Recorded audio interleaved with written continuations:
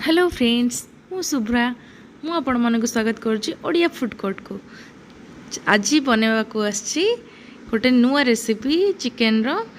तो आग आपण देखि नबा कौन कौन करवा तापरे बहुत सारा कथा। प्रथमे चिकेन नहीं मुझे हाफ केजी चिकेन नहीं ताकू भल भाव धोईकी क्लीन करके रखी। तापर मुझे किसी कटा पियाज नहीं जोटा चॉप करके नहीं आ कटा टमाटो नहीं गोटे टमाटो नहीं हाफ इंच अदा ताकू काटिकी रखी। आउ पियाज आउ गोटे नहीं जोटा कि मु बाटिबा पई रखी। आउ रसुण नहीं गोटे बड़ गोटे रसुण कोला छड़े रखी। आउ धनिया पत्र बहुत सारा नहीं। एबे हमें कौन कौन नहीं बाटिबा टिके देखि नबा। रसुण पियाज अदा आउ टमाटो धनिया पत्र आउ जीरा ये सब को लेकिन आम बाटिबा। आउ मुझे दही नहीं मोर पसंद मिल्क मोर दही से मुझे आपण पसंद ने 2 टेबल स्पून दही नहीं मिसेकी भल भाव बाटिदेवे। बे कड़ाई रे तेल गरम करके पियाज पकई मुझे भलसे भाजी नहीं टिके भाजी हो गला से आम चिकेन पकेबा। पियाज जस्ट पिंक कलर हो गला टिके देखो पियाज भाजी हो गलानी। एबे आम से चिकेन ऐड करदबा। चिकेन ऐड करके भल भाव मिसई देबे ताकू चिकेन सहित पियाज टा पूरा भलसे मिसई गला भलसे भाजी हो गला से लुण पकईदबा हल्दी गुंड पकेवा तापर किछि लंका गुंड 1 टेबल स्पून काश्मीरी लाल मिर्च मु नहीं आपण हिसाब रे नेबे।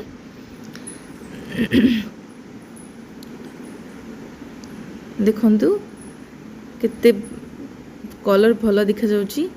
मु एठी किछि मीट मसाला नहीं ताकू सब मिसईकी भल भाव फ्राई करदबा। जस्ट 3 to 4 मिनिट टिके चिकेन गुड़ा फ्राई हो गला भल भाव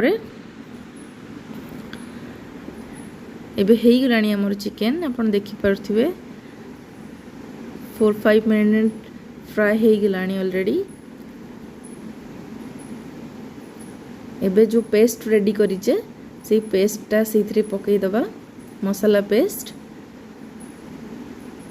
वाओ कितने बढ़िया क्रीमी फ्लेवर आसूची देखंतु जेहेतु आम ए दही पकईचे से कि बहुत बढ़िया फ्लेवर आसूची।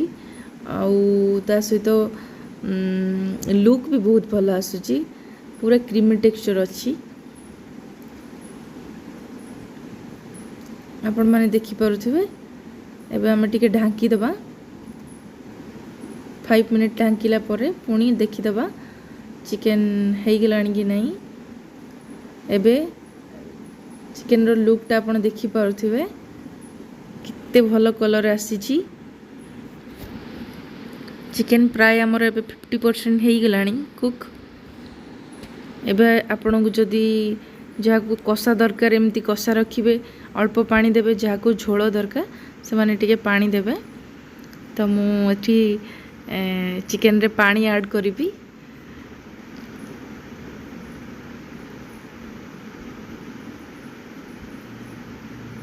इबे सब चिकेन को भल भाव मिक्स करदबा। मिक्स हो गलानी देखंतु चिकेन रो लुक वाओ आपन लुकटा बहुत भल भाव देखि पारथिबे।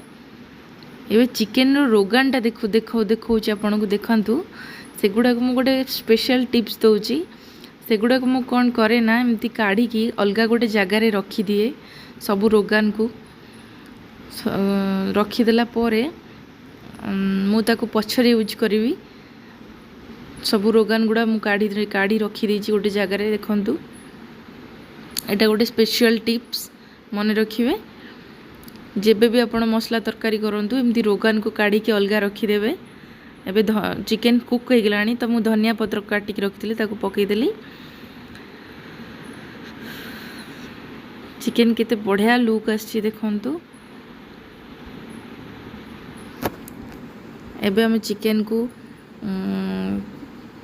ओल्हे आनिबा अलगा गोटे बाउल रे सर्व कर दबा। चिकेन पूरा कुक हो जाइए देखि पारुथिबे। एबे हम जो रोगानटा रखी थिले सेटा कौन करिवा ना आ ऊपर पकेबा। काढ़ी सारला परे आमे से रोगानटा को चिकेन ऊपर पकेले सेटार कलर लुक पूरा बहुत भल आसे। से पूरा चिकेन लुकटा एनहांस करके छाड़े ता सहित देखिबा पई कि भल लागे आ खाइबा पई भी बहुत भल लागे।